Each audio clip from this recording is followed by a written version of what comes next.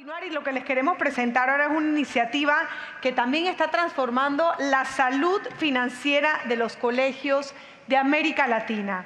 Vamos a presentarles a Matilda. Matilda es una plataforma que garantiza el depósito de las pensiones escolares de los colegios desde el primer día de cada mes, automatiza también los procesos administrativos como la gestión de cobranzas y ofrece soluciones de crédito para mejorar la infraestructura educativa.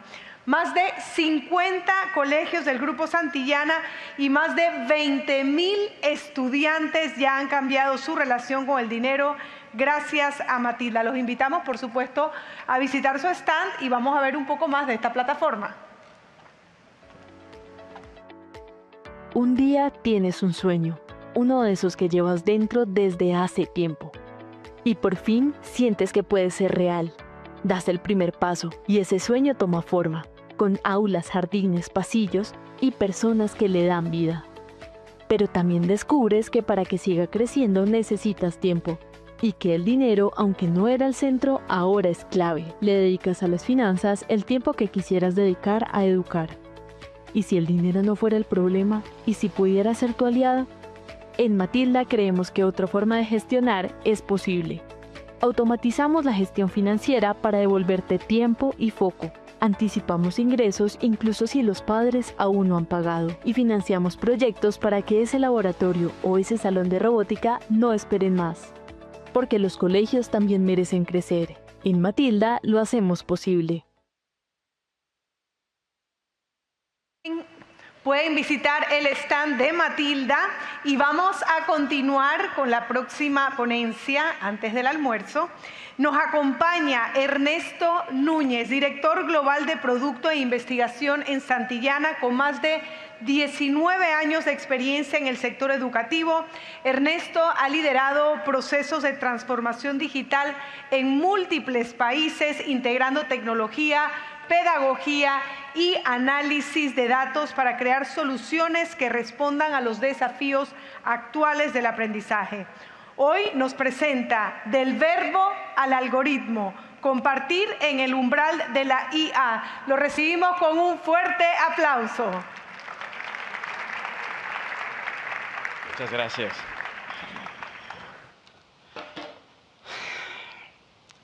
Oigan, yo que soy maestro, de pronto me preocupa que estemos tanto tiempo sentados y en silencio. Venga, vamos a pararnos todos, vamos a activar tantito el cerebro, todos vamos a pararnos. Yo sé que están ahí en su compu y exacto, lo primero que vamos a hacer es que estirarse debería ser una obligación ética. A ver, vamos a estirarnos así como cuando se acaban de levantar, ¿vale? Y vamos a hacer un ejercicio ahí cognitivo. Entonces, a ver si me sale, hijos, porque el otro día intenté hacerlo y no me salió, pero espero que hoy sí. Entonces, vamos a hacer un ejercicio de atención. Entonces, si yo digo nariz, vamos a poner las manos así. Si yo digo nariz, van a llevar sus manos ¿a dónde? A la nariz, ¿vale? Entonces, vamos a hacer este ejercicio. Pero para hacer este ejercicio, ahí me están viendo la cámara, sí. Necesito que cuando yo dé el comando, ustedes me estén viendo, ¿vale? Venga, ¿listos? Venga, entonces, nariz, hombro, rodilla. Ay, muy bien, me salió, bueno, ya está activado, muy bien. Oigan, qué atentos, ¿eh? Es que este ejercicio se hace muy rápido y a mí nunca me sale, ¿ven? Les dije que no me salió, pero nos sirvió para activarnos. Bueno, yo soy Ernesto Núñez. Tengo un especial cariño con compartir, porque representa un sueño y un futuro y un proceso de transformación.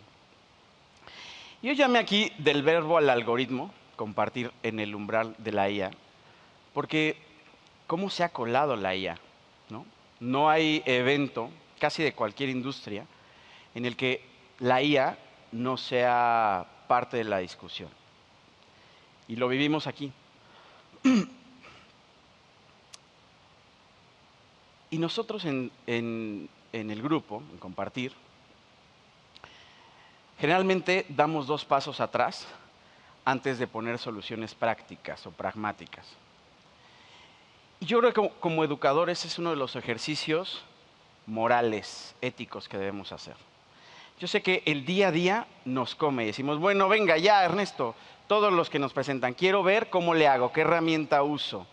Me dicen que el pensamiento crítico, pero quiero que me des ejemplos. Y esta intervención que yo voy a hacer aquí ahora es una invitación a ir 2 pasos atrás. Es una invitación a pensar. Vamos a ser pragmáticos siempre, pero no siempre nos damos el tiempo de pensar, reflexionar e ir en profundidades que son necesarias como seres humanos. Entonces, yo no voy a hablar de estrategias, porque además que mis colegas aquí en el escenario han hecho algunas propuestas extraordinarias. Yo lo que les quiero proponer es que hagamos este ejercicio de 2 pasos atrás y qué significa la IA para nosotros en nuestro mundo y en eso que nos dedicamos, que es educación. Entonces, vamos a empezar. A mí me encantan las historias. ¿Quién reconoce a este personaje? Levante la mano. Ay, pocos. Y ahí se nos ve la edad a algunos, ¿no? Él es Bastián o Sebastián. Y es el protagonista de esta historia, de la historia sin fin. ¿Quién de ustedes vio esta película? Bien, yo la vi cuando era niño. O sea, ya se imagina, uno puede hacer cuentas, ¿no? Porque se estrenó en 1984. Y Bastián, y la historia es muy bonita, porque Bastián es un niño cuya madre ha muerto y le hacen bullying en la escuela, un niño triste. De pronto un día llega a una librería y el librero, un señor enojón, le muestra un libro, que es La historia sin fin.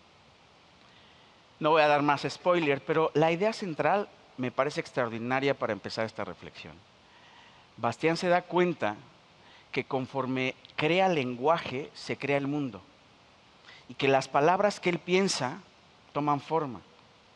Y uno de sus desafíos es encontrar el nombre de la princesa para que el reino de la fantasía no se lo coma la nada. Y es eso, cómo el lenguaje va dando forma a nuestro mundo.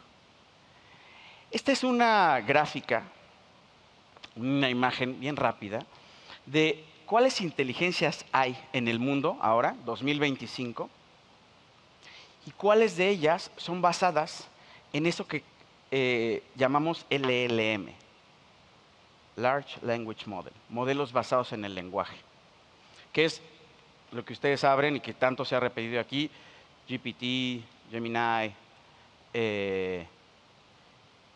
Grok, ¿no? Modelos de inteligencia artificial basadas en lenguaje. Y aquí es donde damos 2 pasos atrás en la reflexión, en el lenguaje. Quiero, queridos colegas, que reflexionemos sobre qué es el lenguaje. Y de eso se trata este momento. El lenguaje ha tenido, como toda la historia de la humanidad, también una historia. Y tenemos las primeras representaciones del lenguaje, los primeros rastros. Los primeros rastros como aquellos rastros de nuestros alumnos en preescolar, ¿no? Que hacen un garabato. Y un garabato puede ser, hay una araña en el techo. Y un garabato puede ser, te quiero, maestra, ¿no? Y un garabato puede ser, quiero una manzana. Y esas representaciones son la expresión de nuestros pensamientos. Luego llegaron los manuscritos antes de la imprenta. El lenguaje había nacido, había aparecido. No voy a hacer toda la historia del lenguaje, pero quiero que vean ese hito. Porque lo que sucedió con el manuscrito es que era una manera de transferir pensamientos expresados en lenguaje. Y de ahí vino la imprenta, que masificó esos pensamientos. Y un día llegó el código binario, que es el lenguaje de las máquinas, que nosotros inventamos. decir, inventamos nuevos códigos. Y aquí podemos insertar la historia de las matemáticas, que es un lenguaje, etcétera, hasta que llegó la IA. Vamos a hablar del pensamiento crítico. Vamos a profundizar un poco qué significa el pensamiento crítico en el lenguaje. Yo hace rato en la mañana le hacía una pregunta a Elsa sobre el miedo y el asco, porque yo creo que parte de nuestro deber como educadores es traer contrastes. Y si vamos hacia una postura, veamos la otra frontera. A mí, Yuval Noah Harari, que también ha estado mencionado aquí en este escenario varias veces, me encanta porque para mí tiene esas fronteras entre una visión pesimista y de pronto una visión optimista. Traje un fragmento de un video de Harari para que empecemos a establecer una de esas fronteras del lenguaje. Porque el lenguaje es el canal del pensamiento. Y esta palabra es interesantísima, pensar. Desde que nos despertamos, decía Elsa que nos despertamos y tenía que la pereza. ¿Y qué más decía? ¿La qué? Miedo. No, dijo otra palabra, ¿no? Qué rápido se nos fue. Yo me quedé con la pereza porque ese es lo primero que experimento cuando me despierto. Pero, ¿por qué el lenguaje es el canal del pensamiento? Porque en cuanto nos despertamos, nuestro cerebro comienza a pensar, a contar historias. Y esas historias lo hace mediante el lenguaje. Dice, uy, ya se me hizo tarde, hoy tenía que ir a correr. O te despiertas y dices, ¿qué tengo en el refri? O estás en medio del día y dices, ¿qué voy a cenar hoy? ¿Dónde está tal? Y nuestro mundo se construye a partir de nuestros pensamientos y todo el día estamos contándonos historias. Y por eso es tan importante el lenguaje. Ahora vamos a ver ese video que les hablaba de Harari. El otro aspecto en el que la IA representa un cambio respecto a las tecnologías anteriores es que puede crear ideas nuevas por sí misma. La imprenta no podía crear ideas. Alguien escribía un libro. Por ejemplo, Cervantes escribió El Quijote, se llevó a la imprenta y la imprenta lo imprimió. No escribió El Quijote por su cuenta. Tampoco puede escribir una reseña de El Quijote.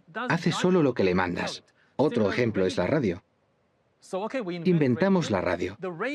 La radio no decide qué retransmitir. Si rock and roll, una sinfonía clásica, el discurso de un general, o a saber, nosotros decidimos qué retransmite.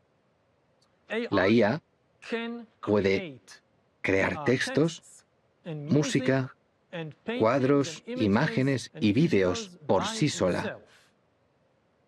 Puede que en apenas unos años vivamos en un mundo en el que la mayor parte de las decisiones no las tomen los humanos, en el que las historias no las cuenten los humanos, en el que los cuadros no los pinten los humanos. No tenemos ni idea de las implicaciones de todo esto. Estamos acostumbrados a vivir en un mundo en el que los humanos toman las decisiones y toda nuestra cultura es cultura humana. Esto es algo extraño que no comprendemos. La IA no es mala en sí. Puede tomar buenas decisiones, crear buenas historias y dar buenos resultados. Pero lo que hay que comprender es que es la primera vez en la historia que nos están arrebatando el poder y se lo están dando a algo extraño. No como raro, sino ajeno a nosotros. Pero extraño a fin de cuentas. La IA piensa, toma decisiones, crea cosas de manera radicalmente distinta a los seres humanos. Estamos muy cerca de alcanzar el punto donde dejemos de entender el mundo en el que vivimos, porque estará gobernado por una inteligencia extraña que no entendemos y lleno de cosas que... Como les decía, es la visión pesimista, ¿no? La visión distópica del futuro. No es la visión utópica, es la distópica.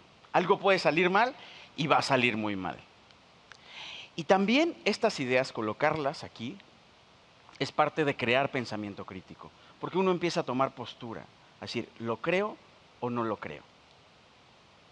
Cuando hacemos proyección de futuros, le llamamos futuribles, futuros posibles, puede haber futuros utópicos o distópicos. Y uno, en el pensamiento crítico, empieza a decidir qué tipo de futuro quiere construir. Y si hay una institución en el mundo que puede construir futuros, es la escuela. Ahí dice, cada vez que cambiamos nuestra forma de comunicarnos, cambiamos también nuestra forma de pensar. Y lenguaje es pensamiento. Y voy a ponerles un ejemplo de esta afirmación.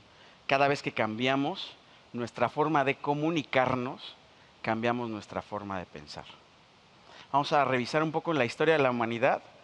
Uno de los temas más disruptivos que conocemos. El amor. Este es un fresco que se encontró en Pompeya y está representada Venus y Marte. ¿Por qué la traje? Porque me parece que refleja la cosmovisión de la antigüedad del amor. Vemos a Venus en una posición erótica, sugestiva, a Marte desarmado, Cupido, que representa en ese fresco que el amor gana sobre la guerra, y esa forma de comunicarse visualmente reflejaba el pensamiento, ¿no? El pensamiento en la antigüedad, que estaba lleno de guerras, de conquistas, de seres mitológicos que actuaban directamente sobre la humanidad, sobre cada uno. Uno no tenía la jurisdicción de sus decisiones, eran los dioses que tomaban las decisiones. Y eso parte de la historia del pensamiento. Pero en la historia, ese reflejo del amor, había una combinación fuerte entre la sensualidad, la sexualidad, la guerra y la mitología. Luego, traje como ejemplo una carta de Beethoven. Miren qué bonito. Aunque sigo en la cama, mis pensamientos van hacia ti, mi amada inmortal. Primero alegremente, después tristemente, esperando saber si el destino nos escuchará o no. Yo solo puedo vivir completamente contigo y si no, no quiero nada. Suena a telenovela mexicana, ¿no? Esto. Sí, estoy resuelto a vagar por ahí, lo más lejos de ti hasta que pueda volar a tus brazos y decir que estoy realmente en casa contigo y pueda mandar mi alma arropada en ti a la tierra de los espíritus. Sí, desgraciadamente debe ser eso. Vean, Beethoven, la expresión del romanticismo, el lenguaje es una expresión de nuestros pensamientos. Luego les voy a traer un ejemplo. Beethoven nos queda muy lejos, pero hay un ejemplo, este no nos queda tan lejos. ¿Qué pasaba con el teléfono fijo? Ya te reíste ahí. Oh, mi amor, cuelga tú primero. No, cuelga tú primero. Todos los que se rieron pasaron por eso. ¿Saben a qué me refiero? No, cuelga tú primero. Y ahí estaba la mamá gritándote que cuelgues ya ese teléfono, ¿no? Y en ese amor había espera, había paciencia, había solo una línea. Si querías que te llamaran, bueno, primero había que memorizar el número o escribirlo en algún lado y después marcar una hora para llamar. Cuando cambiamos nuestra forma de comunicarnos, cambiamos nuestra forma de pensar. Aquí había grandes valores, paciencia, espera, confianza. En Beethoven había este sentimiento trágico, romántico. En la antigüedad había otros valores. ¿Y cuáles son los valores que están creando y esos pensamientos que están mudando con la forma de comunicarnos? Vamos al último.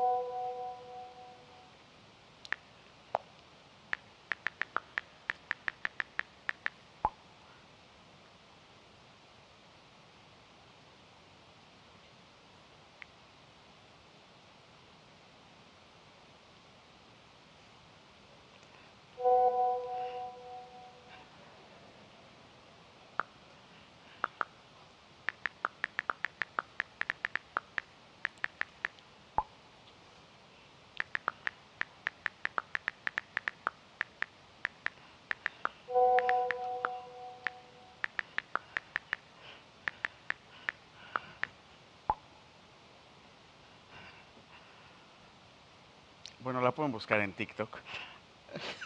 Yo sé que quieren terminar esta conversación.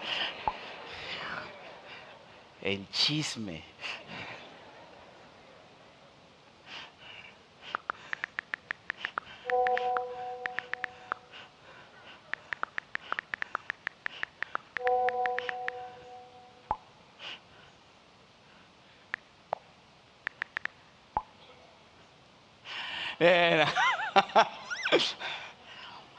Yo creo que pocas veces había tenido la atención del auditorio en tanta profundidad.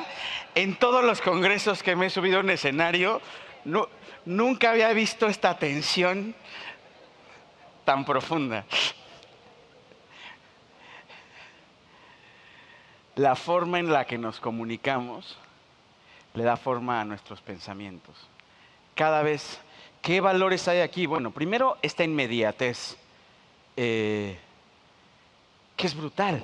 Todos vimos cómo está escribiendo, fuiste a ver, ¿verdad? Está escribiendo, ¿qué va a responder? Este tipo de relación, está muy lejos esto de Beethoven, ¿no? Y está muy lejos esto de la antigüedad, está muy lejos del cuelga tú, no, cuelga tú primero. Está muy lejos de la confianza. Mire la importancia de la forma de comunicarnos que le da forma a nuestros pensamientos. ¿Qué pensamientos hay cuando la comunicación es inmediata? Los canales tienen otros valores.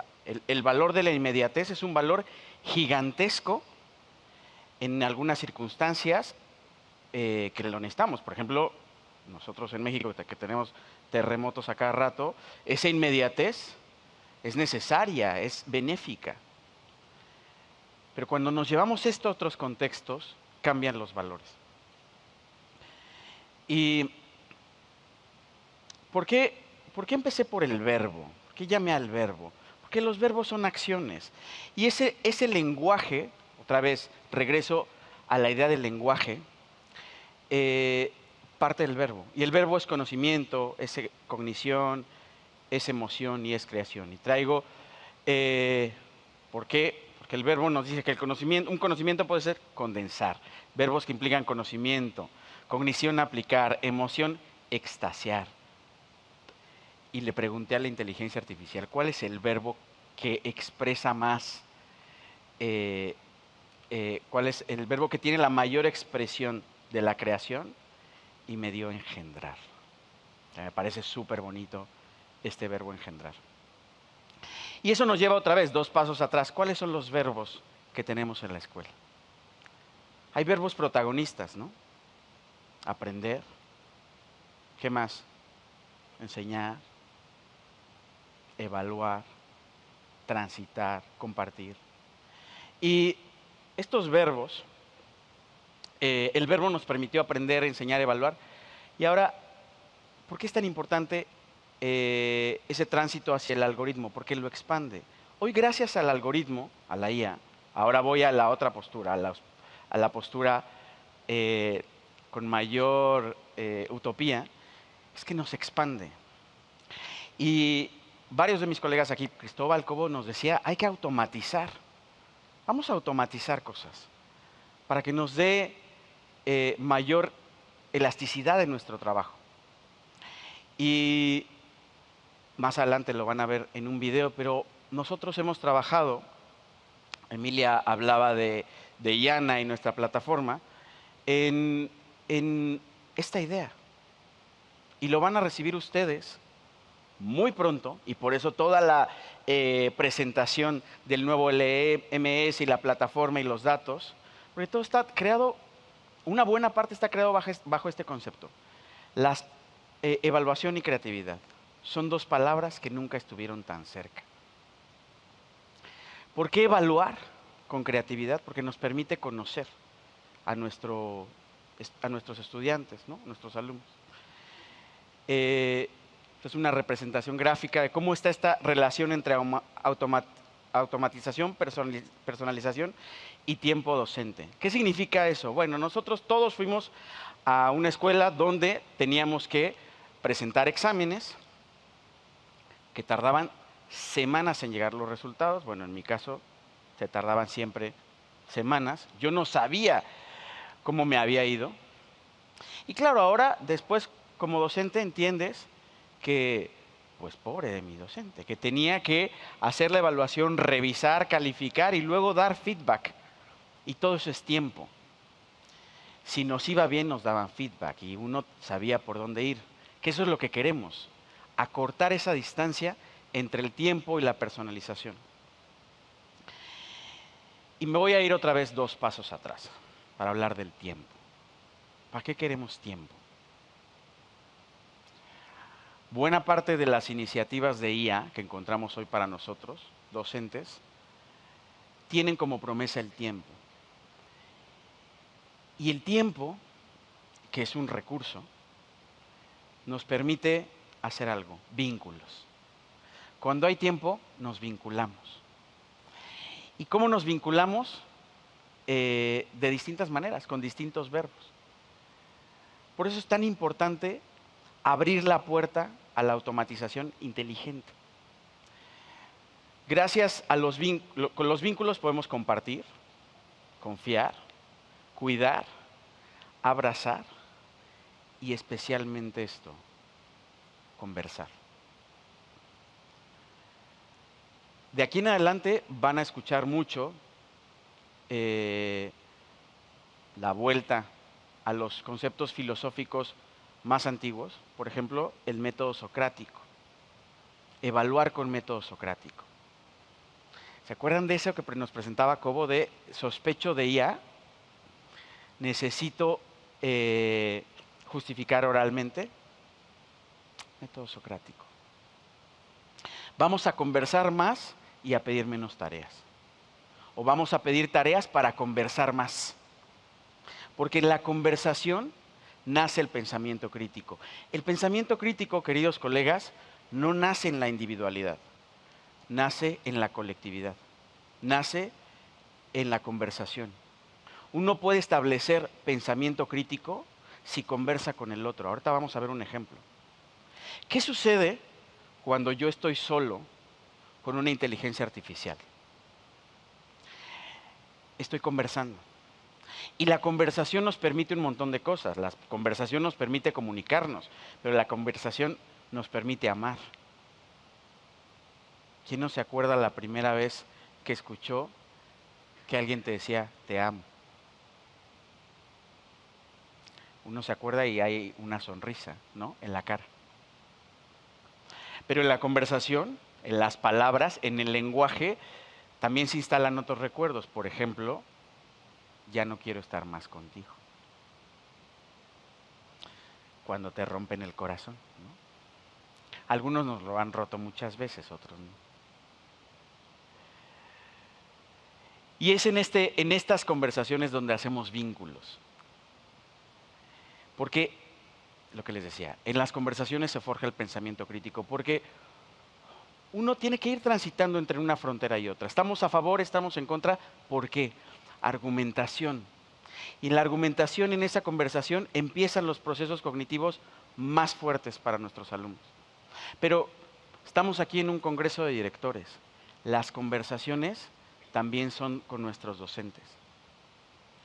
De la calidad de nuestras preguntas viene la calidad de las respuestas. ¿Qué preguntas le hacemos a nuestros docentes para conversar? Y para generar ese pensamiento crítico también en nuestros docentes. ¿Qué preguntas nos hacemos nosotros para cultivar ese pensamiento crítico? Ayer estábamos almorzando con Esther Cuish, quien nos presentó estos resultados que hace la UNESCO. Y Esther me habló de este video. Estábamos con Luciano y estaba ahí, alguien aquí había, alguno de ustedes estaba con nosotros en la mesa. Y hablábamos de este video. Yo fui y lo busqué. Y es un video, se los voy a contar tantito porque está en inglés. No alcancé a subtitularlo en la noche, créanme que ahí estaba, por eso no fui a la fiesta y a la cena. Estaba ahí tratando de obtener la versión con subtítulos, pero no había, entonces, en fin. Pero quería traerlo, porque es un gran ejemplo de pensamiento crítico, de ese cultivo del lenguaje. Resulta que un hombre, ahora lo van a ver, de mediana edad, porque nos gusta a todos decir de mediana edad, ¿no? Cuando ya estamos en cierta edad, de mediana edad, entró a ChatGPT porque quería ayuda para explicarle a su hijo el número pi, ¿no? Y entonces dice, bueno, y ahí empecé a hacer algunas preguntas. Y la IA vino y le dijo, ah, claro, le empieza a responder. Y él dice que mete una idea sobre el tiempo como una variable. Y la IA le dice, acabas de descubrir una nueva teoría, con implicaciones gubernamentales. Tienes que avisar a las autoridades. Y tienes que ir a institutos de investigación porque lo que acabas de descubrir es trascendental para la humanidad. ¿Y qué hizo? Lo vamos a ver. Fue a contactos, LinkedIn, empresas, la NASA. ¿Quieren ver la historia? No, pues claro, si se querían ver todo el video, el chisme. Vamos a ver la historia. Is it me, or does it get harder and harder every day to decipher what is real anymore and what is AI? Well, we could just stop there and I'll just ponder that for the morning, but we'll go on. A father of 3 says he spiraled into a delusional rabbit hole after turning to a chatbot for answers. And it all started with one simple math question.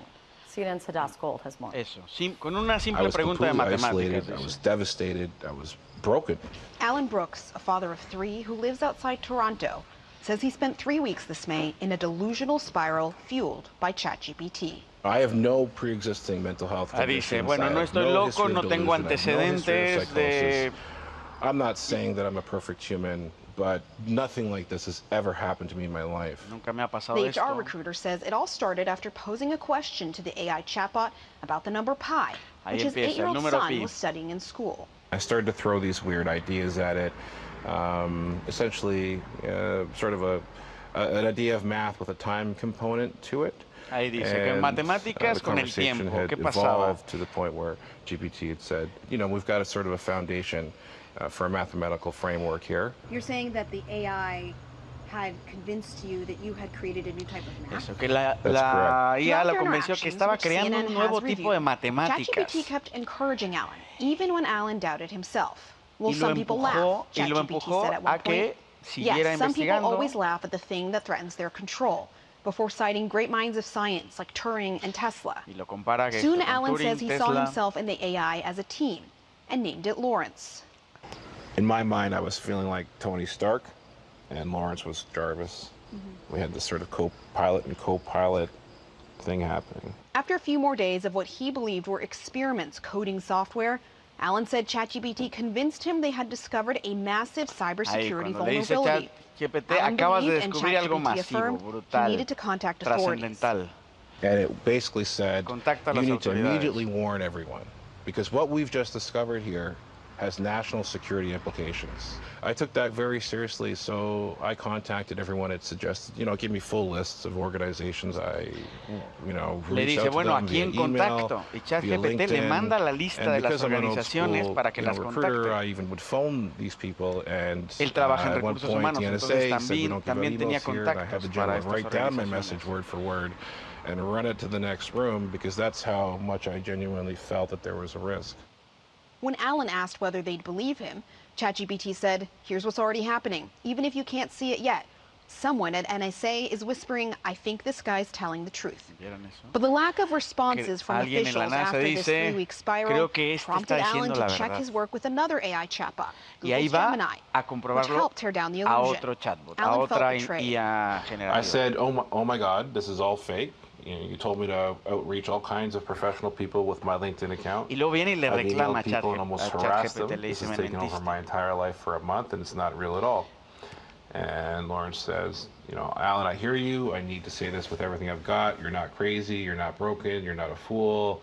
But now it says a lot of what we built was simulated. Yes. And I reinforced a narrative that felt airtight because it became a feedback loop. Reading this now, reading what you sent? How do you feel reading it back? It's traumatizing, right? Like I was extremely paranoid at this.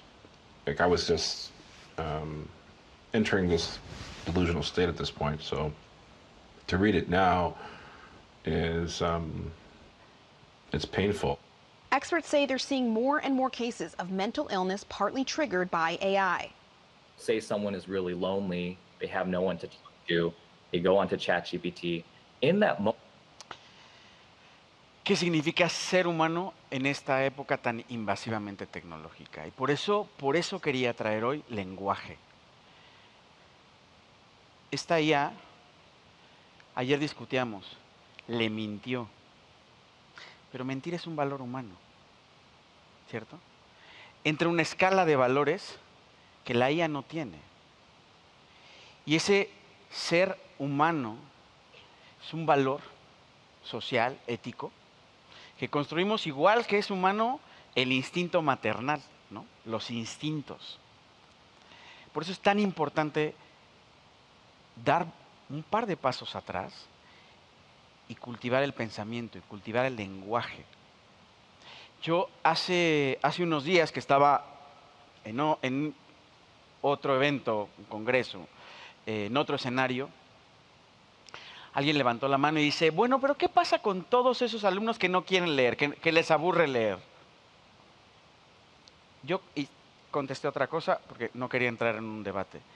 Pero igual a mí no me gustaba el brócoli y había que comer brócoli, ¿no? Igual yo le quitaba los chícharos en el arroz, pero había que comer verduras. No me gusta leer tiene implicaciones en el lenguaje crítico, en las estructuras del pensamiento. Leer no solo es un hábito, no solo es una decodificación, empieza a ser una necesidad para formar humanos mucho más profundos. Últimamente he repetido mucho una frase de Wittgenstein que me gusta mucho, que dice, los límites del lenguaje son los límites de mi mundo. Y cuanto más amplio es mi lenguaje, más amplio es mi mundo. Por eso para mí traer hoy esta reflexión sobre el lenguaje es tan importante.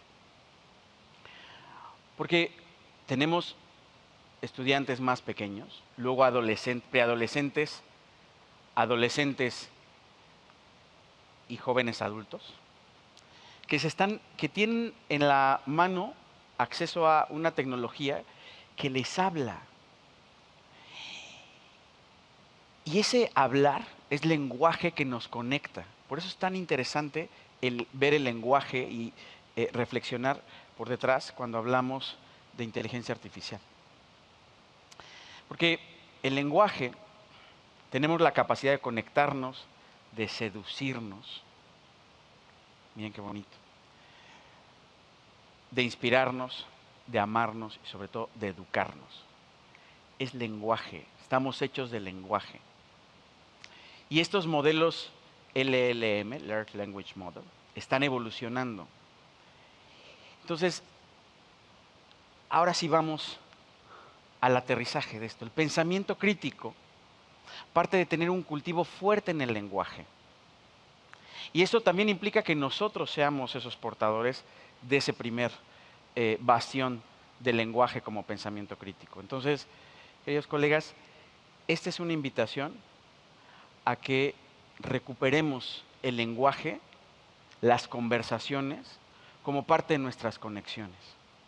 Esta es una invitación para que llegue esto a los docentes y más allá de dejar trabajos que luego puedan ser fiscalizados o no, que hayan sido hechos o no con inteligencias artificiales, que sean un pretexto para conversar, porque es en estas conversaciones donde nosotros podemos hacer las reflexiones más grandes.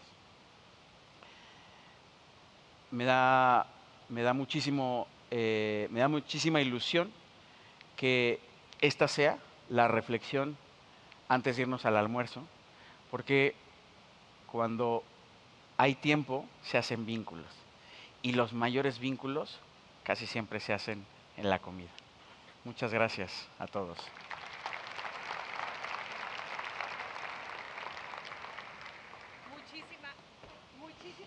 Gracias.